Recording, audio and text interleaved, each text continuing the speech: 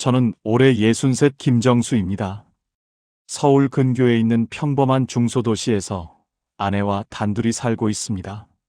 30년 넘게 작은 철물점을 운영하다가 작년에 가게를 정리했습니다.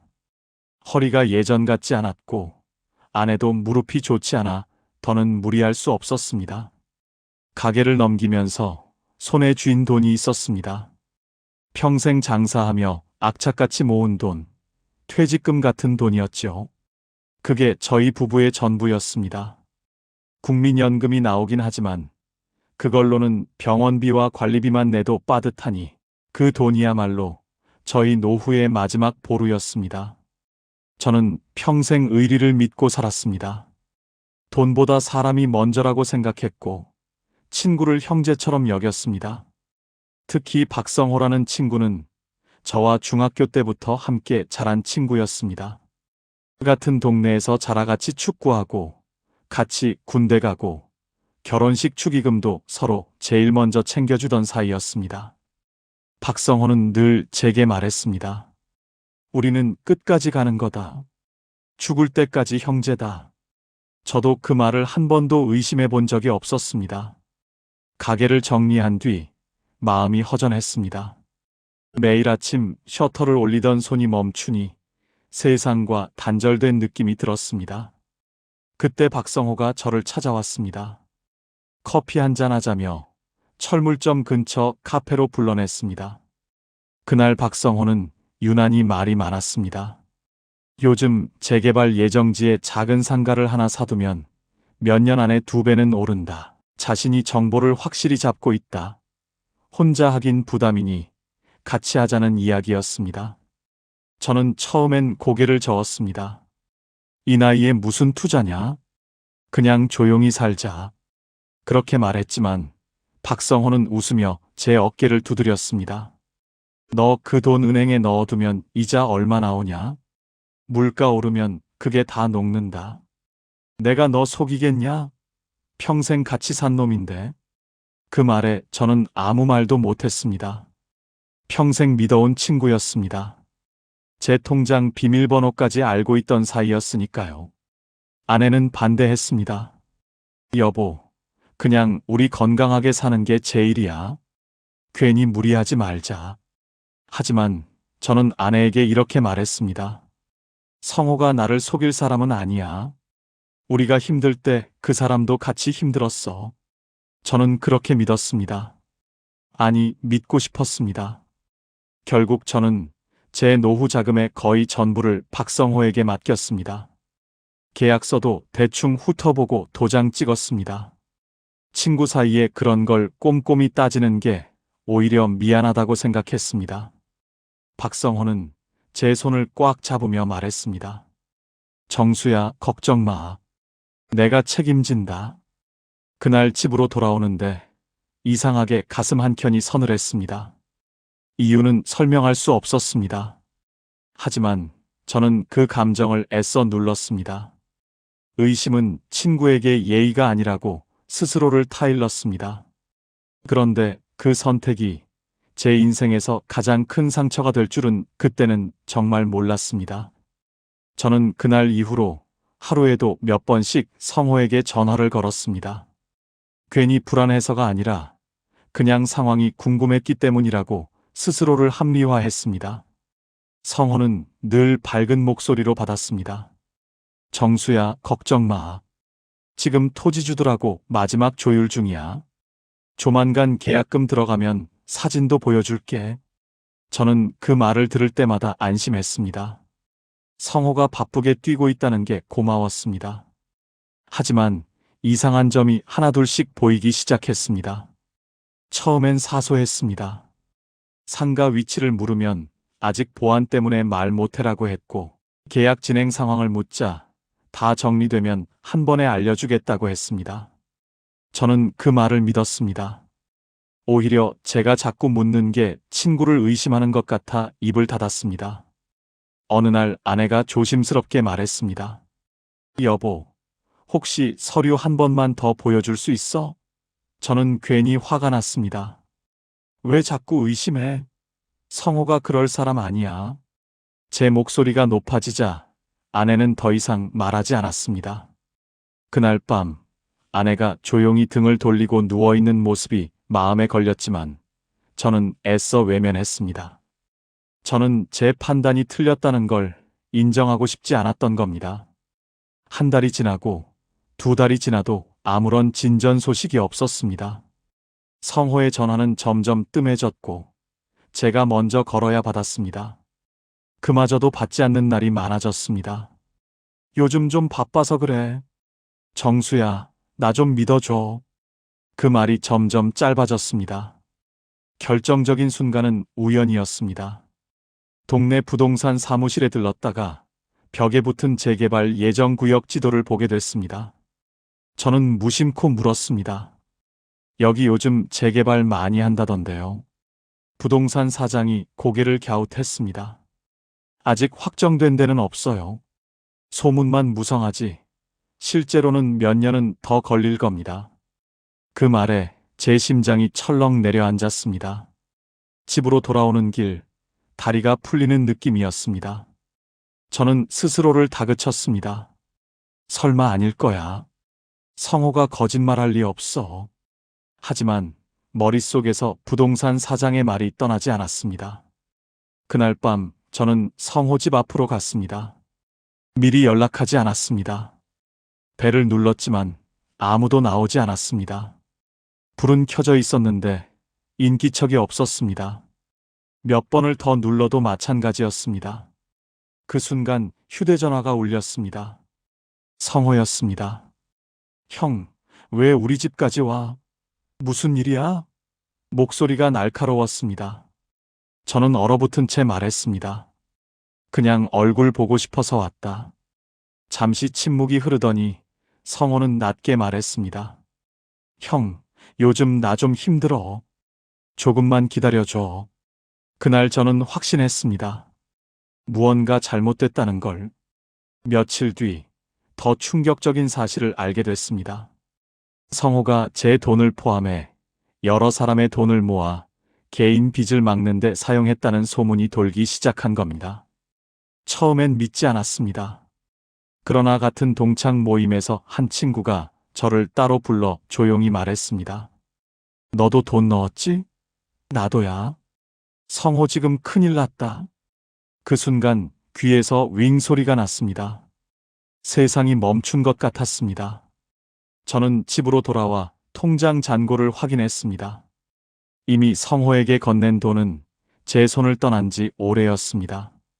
계약서에 적힌 회사는 유령 회사였고 대표 이름도 가명이었습니다. 저는 며칠 동안 아무 말도 하지 못했습니다. 아내는 제 얼굴을 보고 이미 다 알아챘습니다. 여보, 어떻게 된 거야? 그 말에 저는 처음으로 무너졌습니다. 내가 잘못했다. 내가 당신 돈까지 날렸다. 제 목소리가 떨렸습니다. 평생 의리를 믿고 산 제가 가장 어리석은 사람이 되어 있었습니다. 하지만 그날 밤 저는 울지 않았습니다. 분노가 더 컸기 때문입니다. 돈 때문이 아니었습니다. 친구가 저를 속였다는 사실, 제가 그를 끝까지 믿었다는 사실이 견딜 수 없이 치욕스러웠습니다.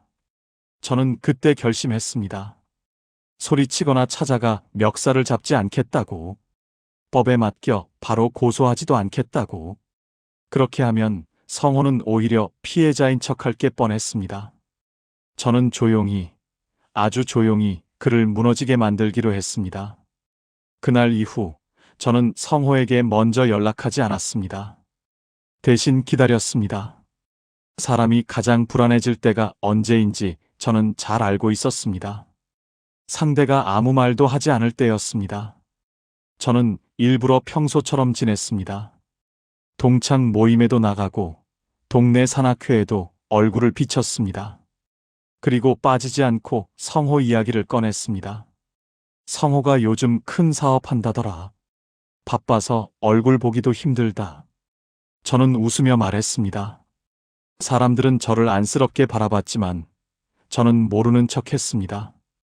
며칠 뒤 성호에게서 전화가 왔습니다. 정수야, 요즘 왜 이렇게 조용해? 저는 일부러 담담하게 말했습니다. 바쁜 사람 붙잡아 뭐 하겠냐? 나도 그냥 지낸다. 잠시 침묵이 흘렀습니다.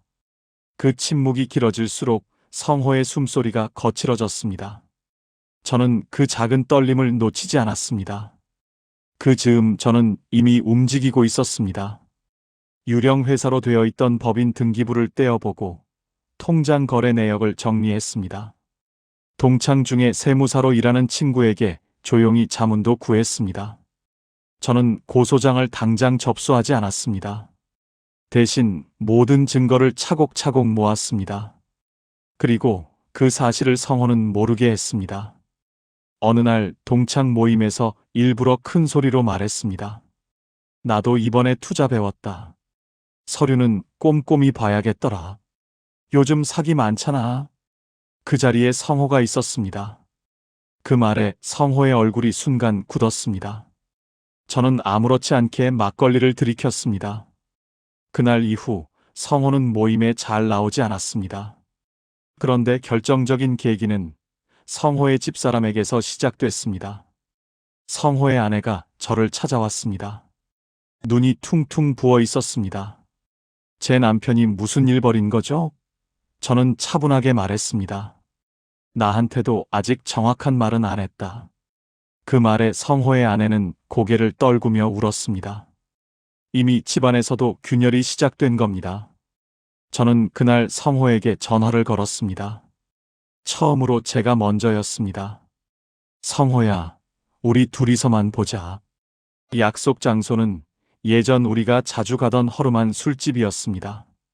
30년 넘게 단골이었던 곳입니다. 성호는 초췌한 얼굴로 나타났습니다.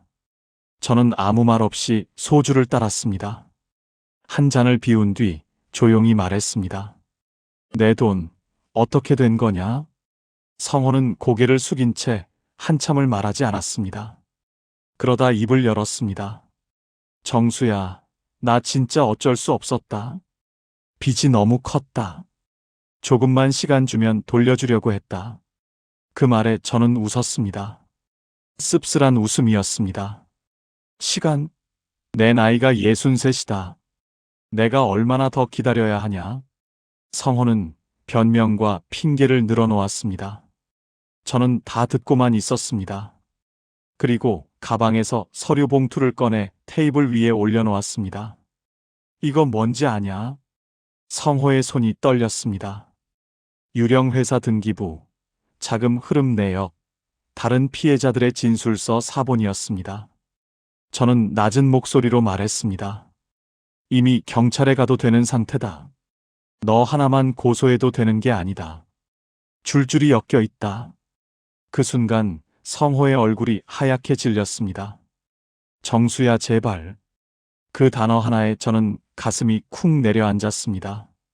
한때는 저를 위해 싸워주겠다던 친구였습니다. 그런데 지금은 제 앞에서 무너지고 있었습니다. 저는 마지막으로 말했습니다. 내가 원하는 건 돈만이 아니다. 내가 스스로 인정하고 책임지는 모습이다. 동창들 앞에서, 가족 앞에서 내가 한 짓을 내 입으로 말해라. 그리고 피해자들 전부에게 사과하고 갚을 방법을 마련해라. 그게 아니면 나는 바로 움직인다. 성호는 그날 술집에서 무릎을 꿇었습니다. 저는 일으켜 세웠습니다. 사람들 보는 데서 무릎 꿇어라. 나한테 하지 말고. 며칠 뒤 동창 모임이 열렸습니다. 저는 일부러 그 자리를 만들었습니다. 성호에게도 분명히 말했습니다. 도망가면 바로 고소다. 내가 선택해라. 그날 식당 안은 숨이 막힐 듯 조용했습니다. 다들 소문은 들은 상태였으니까요. 성호가 들어왔을 때 예전의 당당한 모습은 온데간데 없었습니다. 허리가 굽어 있었고 얼굴은 핏기가 없었습니다. 저는 일부러 그를 바라보지 않았습니다. 사회자가 분위기를 정리하려 했지만 저는 조용히 자리에서 일어났습니다. 오늘은 내가 할 말이 있다. 모두가 저를 쳐다봤습니다. 저는 떨리지 않았습니다. 그날만큼은 제 목소리가 아주 또렷했습니다. 나는 평생 의리를 믿고 산 사람이다. 그래서 내 노후 자금 전부를 친구에게 맡겼다. 그런데 그 친구가 그 돈으로 자기 빚을 막았다. 식당 안이 술렁이었습니다. 저는 그때 처음으로 박성호를 바라봤습니다. 성호야, 내가 직접 말해라. 긴 침묵 끝에 성호가 자리에서 일어났습니다. 손이 떨리고 있었습니다. 그는 고개를 숙인 채 입을 열었습니다. 내가 잘못했다. 나를 맞았던 친구들 이용해서 돈 썼다. 빚 막으려고 겁이 나서 거짓말했다. 그 순간 누군가가 소리쳤습니다. 그게 사람이 할 짓이냐? 분위기가 험악해졌습니다. 저는 손을 들어 친구들이 고함치는 것을 막았습니다. 지금 욕하려고 모인 자리 아니다. 그리고 저는 봉투 하나를 꺼냈습니다. 성호 앞으로 밀어놓았습니다. 여기 고소장이다. 이미 접수만 하면 된다. 식당 안 공기가 얼어붙었습니다. 성호 얼굴이 하얗게 질렸습니다. 저는 성호를 똑바로 보며 말했습니다. 내가 이거 내면 너 끝이다. 집도 사업도 신용도 다 끝이다. 내 자식들까지 평생 낙인 찍힌다. 나 그렇게 할 수도 있다. 성호 눈에서 눈물이 쏟아졌습니다. 그 큰 덩치가 아이처럼 울었습니다. 정수야, 제발 한 번만. 그때 저는 천천히 고소장을 찢었습니다. 식당 안에서 종이 찢어지는 소리가 유난히 크게 울렸습니다. 나는 내 인생을 망치고 싶은 게 아니다. 내가 내 죗값을 똑바로 치르고 다시 사람으로 살기를 바라는 거다. 저는 조건을 다시 한번 분명히 했습니다. 집 팔고, 차 팔고, 내 이름으로 된 거 다 정리해라. 피해자들 앞에서 매달 상환 내역 공개해라. 한 푼이라도 숨기면 그날 바로 다시 쓴다. 그날 이후 성호는 정말로 모든 걸 정리했습니다. 30년 살던 아파트를 내놓았고, 차를 처분했고, 가족들 앞에서 무릎을 꿇고 울었습니다. 그 모습을 저는 직접 보지 않았지만 소문은 금방 돌았습니다. 몇 달 뒤 제 통장에 첫 상환금이 들어왔습니다. 그 액수를 보는 순간 돈 때문이 아니라 제 자존심을 되찾은 느낌이었습니다. 그리고 어느 겨울 저녁 성호가 제 집 앞에 찾아왔습니다. 예전처럼 술 한 병을 들고 서 있었습니다. 그러나 이번에는 먼저 허리를 깊이 숙였습니다. 정수야, 나 사람 다시 되고 싶다. 그 말에 저는 한참을 바라봤습니다. 예전 같으면 어깨를 두드렸겠지만 저는 쉽게 웃지 않았습니다. 의리는 말로 지키는 게 아니다. 내가 앞으로 10년을 어떻게 사느냐가 답이다. 성호는 고개를 끄덕였습니다. 지금도 우리는 가끔 마주 앉습니다. 예전처럼 친한 친구라 부르진 않습니다. 대신 서로를 존중합니다. 그는 매달 상환 내역을 저에게 직접 보여줍니다. 저는 그걸 말없이 확인합니다. 한 번은 성호가 이런 말을 했습니다. 정수야, 그날 정수 내가 고소장 찢을 때 그 소리 아직도 귀에서 안 떠난다. 그 소리가 나를 살렸다. 저는 조용히 대답했습니다. 나는 너를 살린 게 아니다. 내가 마지막으로 사람답게 살 기회를 붙잡은 거다. 노후 자금은 거의 다 돌려받았습니다. 하지만 그보다 더 큰 것을 되찾았습니다. 제 자존심 그리고 의리에 대한 기준이었습니다. 이제 저는 압니다. 친구란 무조건 믿는 사람이 아니라 잘못했을 때 책임질 줄 아는 사람이라는 것을요.